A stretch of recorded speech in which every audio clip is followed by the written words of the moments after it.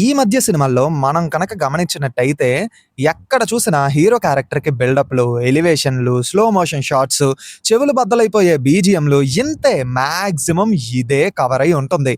పక్కనుండే supporting లీడ్స్‌కి importance ఇవ్వాలి. వాళ్ళకి కూడా పవర్‌ఫుల్ రోల్స్ రాయాలి. గుర్తుండిపోయే రోల్స్ రాయాలి అనే ఆలోచన తగ్గిపోయింది ఈ మధ్య మేకర్స్‌లోని. మళ్ళీ ఇక్కడ ట్విస్ట్ ఏటంటే, ఆ సపోర్టింగ్ లీడ్స్‌తో కూడా చెప్పించడానికని చెప్పి, మళ్ళీ హీరో క్యారెక్టర్ కోసం అని చెప్పి సెపరేట్ ఎలివేషన్‌లు రాస్తారు. లిటరల్లీ ఈ మధ్య మూవీస్‌లోని సపోర్టింగ్ లీడ్స్ యొక్క మోటివ్ ఏంటంటే, హీరోకి బిల్డప్, ఎలివేషన్‌లు ఇచ్చే డైలాగులు చెప్పడం మాత్రమే అన్నట్టుగా మారిపోయింది. ప్రతిసారి ఇంతేనా అంటే కాదు. కొన్ని మూవీస్ ఉంటాయి. Maximum non pan India movies లేదంటే కోవిడ్‌కి ముందొచ్చిన మూవీసే అన్నమాట. ఈ మూవీస్‌లో మాత్రం సపోర్టింగ్ లీడ్స్‌కి కూడా హీరో క్యారెక్టర్ రేంజ్‌లో ఇంపార్టెన్స్ ఉంటుంది. ఇంపార్టెన్స్ అనే విషయం పక్కన పెడితే, ఆ రోల్స్ చేసిన యాక్టర్స్ యొక్క పర్ఫార్మెన్స్ ఇప్పటికీ ఆ యాక్టర్‌ని తలుచుకుంటే, వాళ్ళు ఆ పర్టిక్యులర్ మూవీలో చేసిన రోలే గుర్తొచ్చేలా ఉంటుంది. అలాంటి ఇంపాక్ట్‌ని క్రియేట్ చేశారు. ఇప్పుడు మ్యాటర్ ఏటంటే, ఈ పర్టిక్యులర్ మూవీస్‌లోని అలా ఇంపాక్ట్ క్రియేట్ చేసిన యాక్టర్స్ అండ్ వాళ్ళ రోల్స్ గురించి ఈ వీడియోలో మనం మాట్లాడుకోబోతున్నాం అన్నమాట. వీడియో ఎండ్ వరకు చూసి, మిమ్మల్ని బాగా ఇంప్రెస్ చేసిన యాక్టర్ ఎవరు? అంటే నేను చెప్పిన లిస్ట్‌లోని అలాంటి యాక్టర్ ఎవరు అనే దాని గురించి కామెంట్స్‌లో చెప్పండి. ఇంట్రో కొంచెం లెంత్ ఎక్కువైంది కదా! అందుకే లాగొద్దు. వాయిస్ లెట్ మామ. ఇంకా మొదలు పెడదామా? Audio Jungle. హాయ్, హలో, నమస్తే and welcome to news 3 people. Number 1 Prakash Raj from Bommarillu. Bommarillu మూవీతోని ప్రకాష్ రాజ్ గారు ఆయన పర్ఫార్మెన్స్‌తో క్రియేట్ చేసిన ఇంపాక్ట్ ఎంత సాలిడ్‌గా ఉందంటే, మనకి తెలిసిన వాళ్ళ ఫాదర్ ఎవరైనా స్ట్రిక్ట్‌గా ఉన్నారని తెలిస్తే చాలు, సింపుల్‌గా ఒకటే అంటాం, ఆళ్ళ నాన్న బొమ్మరిల్లు ఫాదర్ రా బాబు అని. క్యారెక్టర్ రైటింగ్ ఎంత బాగున్నా సరే, పర్ఫార్మెన్స్ కానీ ఇంపాక్ట్ ఇచ్చేలా ఉండకపోతే ఆ రోల్ గురించి ఇంత బాగా ఇప్పుడు మాట్లాడుకునే వాళ్ళమే కాదు. మూవీ చూస్తున్నంత సేపు సిద్ధార్థ్ గారు, ప్రకాష్ రాజ్ గారు నిజంగానే ఫాదర్ అండ్ సన్ అన్నట్టుగా అనిపిస్తారు. సినిమా అయిపోయాక కూడా వాళ్ళని ఫాదర్ అండ్ సన్ లాగే చూస్తాము.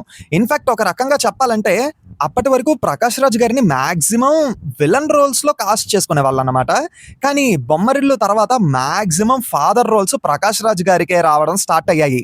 మరి ఆ రేంజ్ పర్ఫార్మెన్స్ ఇచ్చారు ప్రకాష్ రాజ్ గారు. బొమ్మరిల్లు తర్వాత కూడా ప్రకాష్ రాజ్ గారు చాలానే ఫాదర్ రోల్స్ ప్లే చేశారు. కానీ బొమ్మరిల్లులో ప్రకాష్ రాజ్ గారికి మాత్రం సెపరేట్ ఫ్యాన్ బేస్ అయితే ఉంటుంది. Number 2 Srihari from Magadheera. Share Khan రోల్లో పొర్రపాటున కూడా మనం ఇంకొకళ్ళని ఆలోచించలేము, ఊహించుకోలేము.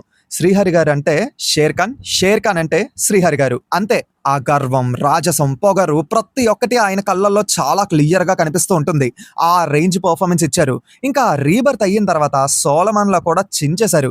ఫ్లాష్ బ్యాక్‌లో ఏంటంటే కంప్లీట్ సీరియస్‌గా, లాస్ట్‌లో ఎమోషనల్ టచ్ అయితే ఉంటుంది. కానీ రీఇన్కర్నేషన్ అయిన తర్వాత సోలమన్ రోల్ మాత్రం చిన్న కామెడీ టచ్‌తో ఉంటుంది. అది ఇంకా క్రేజీగా అనిపించింది. ఏదేమైనా మన తెలుగు సినిమాల్లోని శ్రీహరి గారి లాంటి పొటెన్షియల్ ఉన్న యాక్టర్ మళ్ళీ రాలేరేమో. ఆయన పర్ఫార్మెన్స్‌లో ఒక న్యాచురల్ ఇంపాక్ట్ ఉంటుంది. ఆ ఇంపాక్టే మనకి షేర్ ఖాన్ అండ్ సోలమన్ రోల్స్‌లోని కనిపించాయి. అందుకే ఇంకెవరిని ఊహించుకోలేకపోతున్నాం ఆ క్యారెక్టర్స్‌లో. Number 3 Posani Krishnamurali from Temper. Initially ఈ రోల్ కోసం ముందుగా ఆర్ నారాయణమూర్తి గారిని కాంటాక్ట్ అయ్యారట మూవీ టీమ్. కానీ ఆయన చెయ్యను అని చెప్పేశారు. ఒక రకంగా మాట్లాడుకుంటే ఆ క్యారెక్టర్‌కి నారాయణమూర్తి గారు పర్ఫెక్ట్ చాయిస్ అని చెప్పొచ్చు. ఆయనకి బాగా సెట్ అవుతుంది. కానీ ఆయన రిజెక్ట్ చేశాక అప్పుడు పోసాని కృష్ణమురళి గారి దగ్గరికి వెళ్ళిందన్నమాట. నారాయణమూర్తి గారు చెయ్యలేకపోయినా సరే, ఆ క్యారెక్టర్ ఇచ్చే ఇంపాక్ట్‌ని ప్రాపర్‌గా డెలివర్ చేశారు పోసాని గారు. ఇన్నాళ్ళ ఫిల్మ్ కెరియర్‌లో పోసాని గారు చేసినటువంటి best of the best roles ఏంటి అంటే, మాక్సిమం అందరికీ ముందుగా గుర్తొచ్చేది టెంపర్‌లోని ఆయన చేసిన మూర్తి రోలే. నిజంగా పోసాని గారు అంత సాలిడ్ పర్ఫార్మెన్స్ డెలివర్ చేసి ఉండకపోతే, దయా అండ్ మూర్తి మధ్య ఉండే సీన్స్ అంత బాగా వచ్చుండేది కాదు. అటు దయా క్యారెక్టర్‌లోని ఎన్టీఆర్ గారు కానీ, ఇటు మూర్తి క్యారెక్టర్‌లోని పోసాని గారు కానీ పర్ఫార్మెన్స్ పరంగా వీక్ అయ్యుంటే సినిమా ఎప్పుడో గాలికి ఎగిరిపోయి ఉండేది. కానీ వాళ్ళు పర్ఫార్మెన్స్ పరంగా ఇరగదీయడం వల్లే గట్టిగా పుల్ చేయగలిగారు సినిమాని. ఇద్దరు పోటాపోటీగా కుమ్మేశారు కాబట్టే మూవీ అంత సాలిడ్‌గా వర్కౌట్ అయ్యింది. మళ్ళీ ఈ రేంజ్ పర్ఫార్మెన్స్ ఎక్స్‌పెక్ట్ చేస్తున్నాం పోసాని గారి దగ్గర నుంచి. ఎప్పుడు మళ్ళీ అలాంటి రోల్ ఆయన దగ్గరికి వస్తుందో, ఆయన దగ్గర నుంచి ఈ రేంజ్ పర్ఫార్మెన్స్ చూస్తాము అని చెప్పి వెయిటింగ్ అన్నమాట. నెంబర్ 4 ఆది పినిశెట్టి ఫ్రమ్ రంగస్థలం. కాసేపు నిజాలు మాట్లాడుకుంటే, ప్రెజెంట్ ఆది పినిశెట్టి గారు మెయిన్ లీడ్గా చేసిన మూవీస్లోని ఆయనకి చాలా లిమిటెడ్ మంచి రోల్స్ పడ్డాయి. కానీ విలన్గా లేదంటే సపోర్టింగ్ లీడ్లో ఆయన చేసిన రోల్స్కి విపరీతమైన ఎప్రిషియేషన్ వచ్చింది. అందులో మరీ ముఖ్యంగా చెప్పుకోవాల్సిన పాత్ర ఏదైనా ఉంది అంటే కుమార్ బాబు ఫ్రమ్ రంగస్థలం. చిట్టిబాబు పాత్రలోని రామ్ చరణ్ గారు ఎరగదీశారు. మరి చిట్టిబాబు అన్నయ్య అయినటువంటి కుమార్ బాబు రోల్ కూడా అంతే సాలిడ్గా వర్క్ అవ్వాలంటే పర్ఫార్మెన్స్ కూడా అదే రేంజ్లో ఇచ్చే యాక్టర్ కావాలి. ఇక్కడ ఆది పినిశెట్టి గారు ఉన్నారు. సో కుమ్మేశారు. మొదట్లో మాట్లాడుకున్నట్టు బొమ్మరిల్లు మూవీలోని ప్రకాష్ రాజ్ గారు అలాగే సిద్ధార్థ్ గారు నిజంగానే ఫాదర్ అండ్ సన్ లా ఎలా అయితే కనిపించారో ఇక్కడ రంగస్థలం మూవీలో కూడా ఇద్దరు ఓన్ బ్రదర్స్ లాగా మనకి కనిపించారన్నమాట. కుమార్ బాబు పాత్రలోని ఆది పినిశెట్టి గారి పర్ఫార్మెన్స్ అంత సాలిడ్గా ఉంది కాబట్టే కుమార్ బాబు డెత్ సీన్లోని మనం కూడా కళ్ళల్లో నీళ్లు పెట్టుకున్నాం. మీకు గుర్తున్నట్టయితే బాస్ ఆ రోజు అంటే రంగస్థలం ప్రీ రిలీజ్ ఈవెంట్లోని కుమార్ బాబు డెత్ సీన్ ఉంటుంది అని చెప్పి లీక్ చేసేసారు కదా. దానివల్ల సినిమాలోని ఆయన డెత్ సీన్ గురించి ముందే తెలిసిపోవడం వల్ల ఆ ఇంపాక్ట్ మనకి అంటే ఆ ఫీల్ మనకి వస్తుందో లేదో అనే థాట్ అయితే ఉంది. కానీ మూవీలోని ఏ రేంజ్ పర్ఫార్మెన్స్ చేశారంటే మామ, ఆల్రెడీ ఆ క్యారెక్టర్ చనిపోతారు అని చెప్పి మనకు అర్థమైపోయినా కూడా ఆ ఎమోషనల్ సీన్ మాత్రం అంత సాలిడ్గా పండింది అనుకోండి. ఒకవైపు సుకుమార్ గారి రైటింగ్ ఎంత బాగున్నప్పటికీ ఆ రేంజ్ పర్ఫార్మెన్స్ ఇచ్చే యాక్టర్ కూడా ఉండడం వల్లే రంగస్థలం అంత గొప్ప చిత్రంగా నిలిచిపోయింది. Number 5 Brahmanandam from Rangamarthanda.